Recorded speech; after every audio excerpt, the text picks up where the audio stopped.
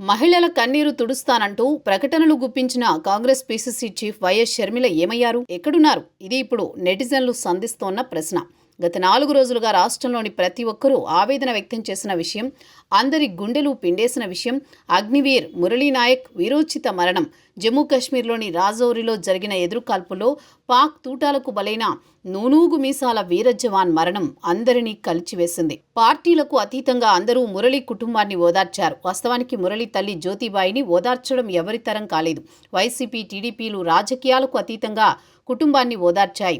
YCP నాయకురాలు మాజీ మంత్రి ఉషశ్రీ చరణ్, మంత్రి సవితలు కలిసి వెళ్లి మరీ కుటుంబాన్ని అక్కున చేర్చుకున్నారు. ఎక్కడా రాజకీయాలు చేయకుండా కుటుంబానికి అండగా ఉంటామని ఇరువురు ప్రకటించారు. ఒక మహిళా నాయకురాలిగా అతిపెద్ద పార్టీకి అధ్యక్షురాలిగా ఉన్న షర్మిలేమయ్యారు? కనీసం మురళీ కుటుంబాన్ని ఓదార్చేందుకు, ఒక్క ఓదార్పు మాట చెప్పేందుకు కూడా ఆమె ఎందుకు ముందుకు రాలేకపోయారు అనేదే $1,000,000 ప్రశ్న. మహిళల కన్నీరు తుడుస్తానని, వారి కష్టాలను తన కష్టాలుగా భావిస్తానని గత ఏడాది ఎన్నికలకు ముందు వీధి వీధిలో ప్రచారం చేసిన షర్మిల, మురళి మాతృమూర్తి కన్నీటి వరద పొర్లుతుంటే ఎందుకు ఓదార్చలేకపోయారన్నదే ప్రశ్న. అంతేకాదు, కాంగ్రెస్ పార్టీ తరపున ఒక్కరు కూడా కుటుంబాన్ని పరామర్శించిందే లేదు. ఓదార్పు వ్యాఖ్యలు చెప్పిందీ లేదు. చివరకు మంత్రి సవిత దగ్గరుండి చూసుకున్నారు.